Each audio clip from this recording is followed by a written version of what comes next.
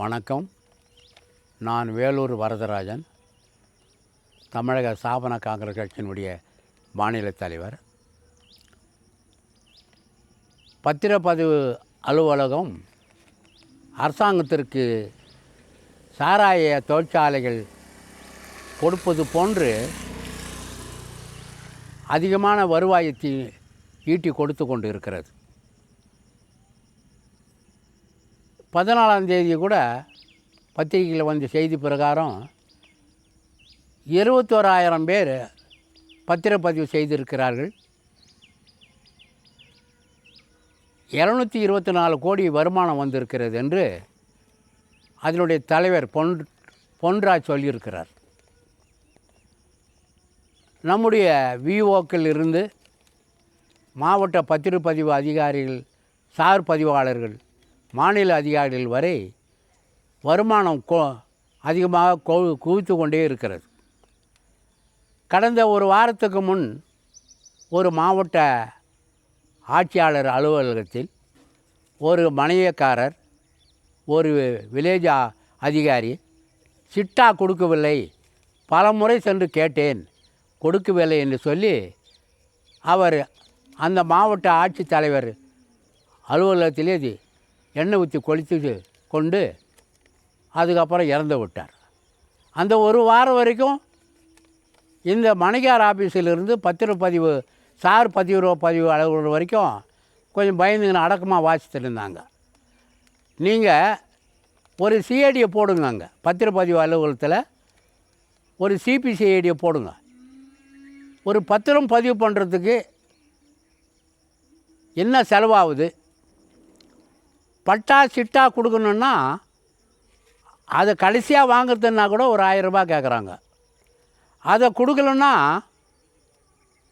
இதில் அமுச்சிடுறாங்க. அவங்களுடைய உரிமை அந்த பட்டா சிட்டா வந்துட்டுருக்குது வாங்கிக்கங்கன்ட்டு, ஆனால் அனுப்புறதில்ல.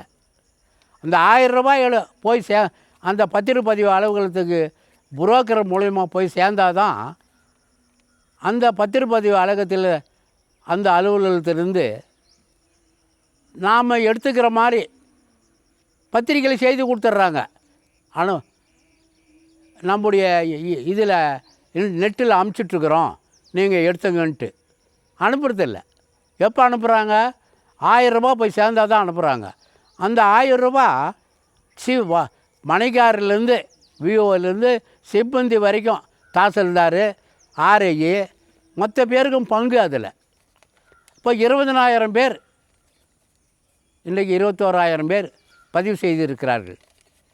இதையெல்லாம் அந்த பத்திரம் கைக்கு வரணுன்னா ஆளுக்கு 1000 ரூபா கொடுக்கணும். இதுக்கு முன்னே பதிவு பண்ணவங்க 1000 ரூபா கொடுத்தா தான் அனுப்புவாங்க.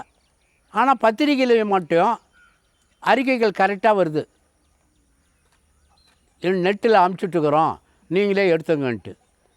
அப்படி பணம் கொடுக்காதவங்களுக்கு என்ன பண்ணுறாங்கன்னா, பத்திரப்பதிவு அலுவலகத்திலேருந்து உங்களுடைய பத்திரம் பரிசீலனைக்கு அனுப்பப்பட்டு இருக்கிறது,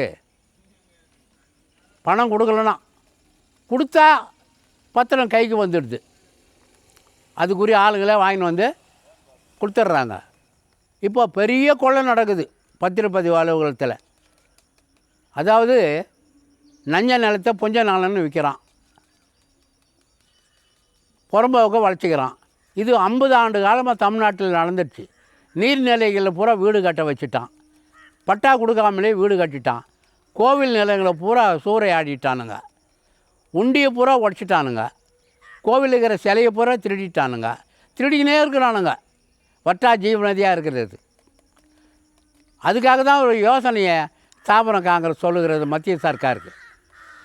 தொல்பொருள் ஆராய்ச்சி இலாக்காவில் நம்ம மாணிக்கவேலு, நம்ம வைகுந்தம் ஐபிஎஸ் சிலை திருடர்களை பிடித்தவங்க, இது மாதிரி திறமையான ஆட்கள் தலைமையில் தொல்பொருள் ஆராய்ச்சி குழு போட்டு தமிழ்நாட்டில் அவங்களுக்கு வேண்டிய எல்லா வசதியும் செய்து கொடுத்து எத்தனை இடத்துல உண்டியை உடச்சிருக்கிறான், எத்தனை இடத்துல சிலை தேடிட்டு இருக்கிறான், எவ்வளோ தங்கத்தை உருக்கியிருக்கிறான், எவ்வளோ வருமானம் ஒவ்வொரு மாதத்துக்கும் வருது, அதில் வீணான செலவு என்ன பண்ணுறான். இப்போ கோவில் வருமானத்தை வச்சுக்கினே இந்த அரசாங்கத்தை நடத்திடலான்னு பார்க்குறாங்க. சாராய தொழிற்சாலை வர்றதையும் இந்த பத்திரப்பதிவில் வர்றது கோவிலில் வர வருமானத்தை வச்சுக்கின்னு மக்கள் போடுற உண்டியை வச்சுக்கின்னு ஆட்சி நடத்திடலாம், மீதியெல்லாம் நம்ம ஜல்சா பண்ணலாம் அப்படின்னு பார்த்து கூட இன்னும் 9 கோடி ரூபா 9 லட்சம் கோடி கடன், ஒவ்வொரு தலைமையிலையும் 80,000 கோடி கடன் இருக்குது. வந்துடுவான் போயிடுவான். ஆனால் ஜாலியான வாழ்க்கை. அதுக்கு 50,000 ஒதுக்குறேன், அங்கே பண்ணுறேன் இங்கே பண்ணுறேன்ட்டு பணம் திரட்டுறதுல தான் ஆளாகிறாங்க.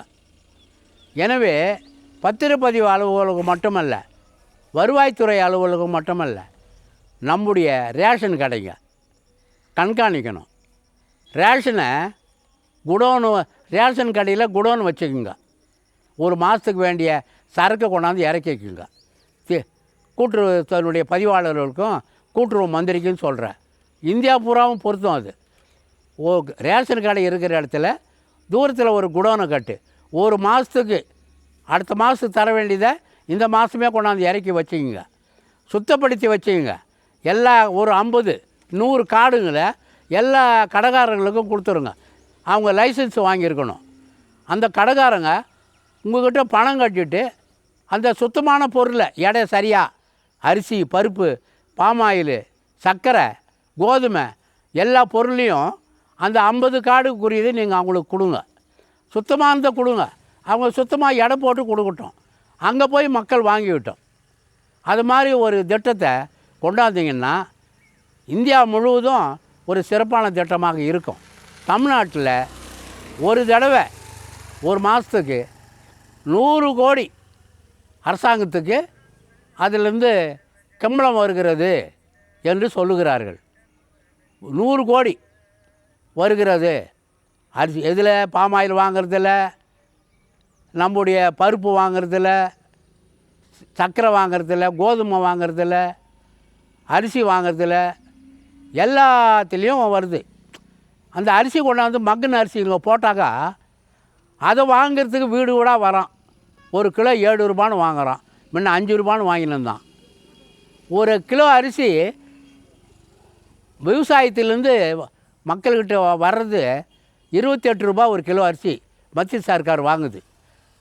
அதை தமிழ்நாட்டு அரசாங்கம் வாங்கி 3 ரூபாய்க்கு என்னமோ கொடுக்குறாங்க போலக்குது. அப்புறம் நம்மளுக்கு ஃப்ரீயாக கொடுக்குறாங்க. ஆனால் அந்த அரிசி, நல்ல அரிசி பூரா மீண்டும் ரைஸ் மில்லுக்கு போயிடுது. அவன் பாலிசி போட்டு மூட்டை மூட்டையாக 25 கிலோ மூட்டை போட்டு லாரிங்களில் ஏற்றி ஆந்திரா, கர்நாடகா, கேரளா, நம்முடைய லட்சத்தீவு இப்படி அனுப்பிச்சுன்னுக்கிறானுங்க. ரொட்டேஷன் ஆகுது. மக்களுடைய வரி பணம் ஆயிரக்கணக்கான கோடி போகுது.